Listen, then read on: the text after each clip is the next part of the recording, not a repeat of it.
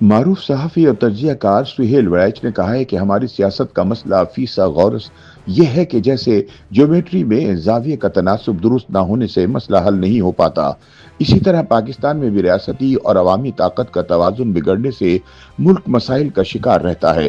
طاقت کی اس جنگ میں کبھی فوج غالب آ جاتی ہے تو کبھی سیاستدان اوپر آ جاتے ہیں، لہٰذا کبھی بھی بیلنس برقرار نہیں رہتا۔ روزنامہ جنگ کے لیے اپنے اشتہاراتی تجزیے میں سہیل وڑائچ نے پاکستانی سیاست کے دو مرکزی کرداروں عمران خان اور جنرل عاصم منیر کو حرف تہجید کے پیرائے میں عین کی جنگ قرار دیا ہے۔ ان کے مطابق عین سے شروع ہونے والے نام عاصم کا مطلب ایک محافظ یا نگہبان ہوتا ہے، جبکہ عمران نام کا مطلب خوشحالی اور ترقی ہے۔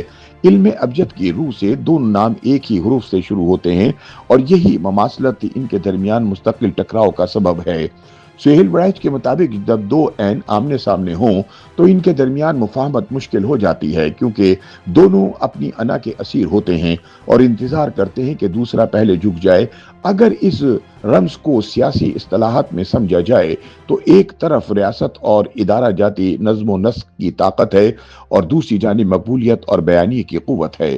پاکستانی سیاست میں یہی بنیادی تصادم ہے، یعنی طاقت بمقابلہ بیانیہ۔ سہیل وڑائچ نے اس کشمکش کے ساتھ ساتھ 27ویں آئینی ترمیم کا ذکر بھی کیا ہے، جسے وہ آئندہ ریاستی توازن کے لیے ایک فیصلہ کن مرحلہ قرار دیتے ہیں۔ ان کے خیال میں اگر یہ ترمیم واقعی آئین کے بنیادی ڈھانچے، وفاقی اختیارات یا اداروں کے دائرہ کار کو متاثر کرتی ہے تو یہ صرف ایک آئینی تبدیلی نہیں بلکہ طاقت کے نظام کی تشکیل نو بھی ہوگی۔ یہ ترمیم اگر شفاف بحث کے بغیر خاموشی سے منظور کی گئی تو اس کے نتائج متنازع ہوں گے، کیونکہ آئین کی قوت اس کے تقدس میں نہیں بلکہ اتفاق رائے میں ہے۔ ان کا کہنا ہے کہ تمام صوبوں، قومیتوں اور مکاتب فکر کی منظوری کے بغیر کی گئی آئینی تبدیلیاں قومی یکجہتی کو کمزور کر دیتی ہیں۔ ہم تسلیم کرتے ہیں کہ آئین میں ترمیم کرنا پارلیمنٹ کا حق ہے۔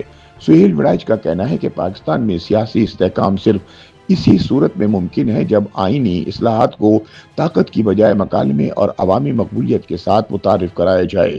بصورت دیگر یہ اصلاحات بھی طاقت کے کھیل کا حصہ بن جائیں گی اور دو عینوں کی کشمکش مزید شدت اختیار کر جائے گی۔ ان کے مطابق یہ لڑائی صرف بیانیوں یا نعرے بازی سے ختم نہیں ہوگی، اس کا حل خاموشی میں پوشیدہ ہے، یعنی مفاہمت تبھی ممکن ہے جب ایک فریق اپنی انا کو قربان کرتے ہوئے مکمل خاموشی اختیار کر لے۔ لیکن پاکستانی سیاست میں یہ قربانی سب سے زیادہ نایاب ہے۔ فی الحال ریاست اپنی طاقت کے بل پر آگے بڑھ رہی ہے، جبکہ عوامی سطح پر عمران خان کا دائرہ اثر بھی بدستور قائم ہے۔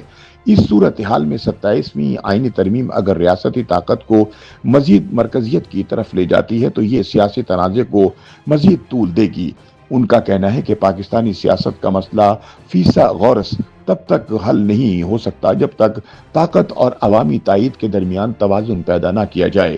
اگر ریاست مکالمے کے ذریعے آئینی ترمیم کا بیانیہ آگے بڑھانے کا راستہ اختیار کرے تو شاید دونوں عین کسی وقت ایک دوسرے کے مد مقابل ہونے کی بجائے ایک دوسرے کے ساتھ بھی چل سکیں۔ بصورت دیگر یہ کشمکش طویل ہو جائے گی، کیونکہ پاکستانی سیاست میں طاقت وقتی طور پر تو جیت سکتی ہے مگر دیر پا اثر ہمیشہ بیانیہ ہی چھوڑتا ہے۔ سہیل وڑائچ کی اس تحریر کو ایک نیوز اینالیسس کی شکل دیتے ہوئے پاکستانی سیاست پر فوکس کرنا ہے، بتانا ہے کہ عمران یعنی عین اور جنرل عاصم یعنی دوسرے عین کی لڑائی کیا ہے اور 27ویں آئینی ترمیم سے پاکستان، اس کی سیاست اور ریاست پر کیا اثرات مرتب ہوں گے۔ سیاست کا مسئلہ فیصد غورس۔ جیومیٹری پڑھنے والے ہر طالب علم کو مسئلہ فیصد غورس سے سابقہ پڑھتا ہے۔ پاکستان کی سیاست کا مسئلہ فیصد غورس بھی کبھی حل ہوگا۔ آئیے فیصد غورس اور محی الدین ابن عربی کے علم ابجد سے اسے حل کرنے کی کوشش کریں۔ ہے تو یہ لا حاصل مسئلہ مگر کوشش میں کیا حرج ہے۔ سہیل وڑائچ شہباز شریف وزیر اعظم پاکستان کی شخصیت کا علم ابجد کے ساتھ حساب سے جائزہ لیتے ہوئے بتاتے ہیں کہ شین کے ابجد ویلیو 7 ہے۔ ایسے میں اگر عین یعنی عمران اور شین یعنی شہباز کا مقابلہ ہو تو عین جذب کرتا ہے جبکہ شین بھڑکتا ہے۔ عین آہستہ آہستہ جیتتا ہے جبکہ شین بہت جلد فتح کے چبوترے پر پہنچ جاتا ہے۔ اسی طرح لفظ مریم کے ابجد ویلیو 70 ہے۔ میم گہری اندرونی قوت رکھنے والی اور انا کو کنٹرول کرنے والی شخصیت ہوتی ہے۔ اس کے علاوہ میم ابجد کے تمام حروف سے